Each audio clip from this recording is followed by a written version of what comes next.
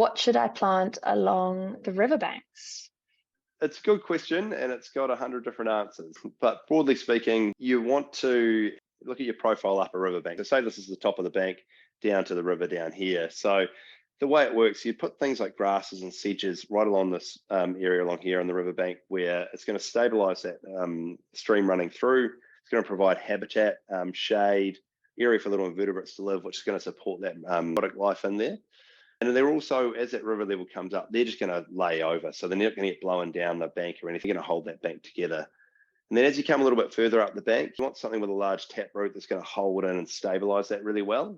So things like, cabbage tree are just a prime example of there, or if we're using exotics, poplars work well in that situation. And then as you come further sort of up above what would be the normal flood zone, you're going to put in sort of wet loving shrubs, so things that are going to grow and provide some shade.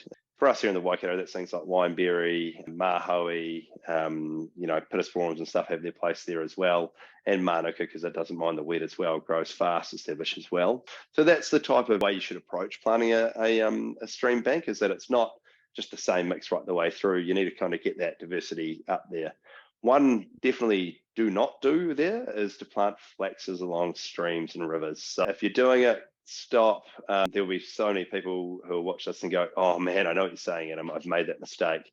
What happens with flaxes? They're called a swamp flax for a reason. So they thrive in swamps. They thrive in wet areas. So they do actually grow really well along a riverbank. But the problem is they tend to erode. Just the way their root system works, it's not fibrous enough to actually hold all that stuff together. It erodes through. That flax falls into the river, goes barreling downstream and just collects the nearest culvert and just basically gets a weight of water behind it and smashes through culverts. So definitely not flaxes on running water, because their place is in wet, damp areas, swamp areas. Is there anything to stop you from planting in amongst willows because they're so common on riverbanks?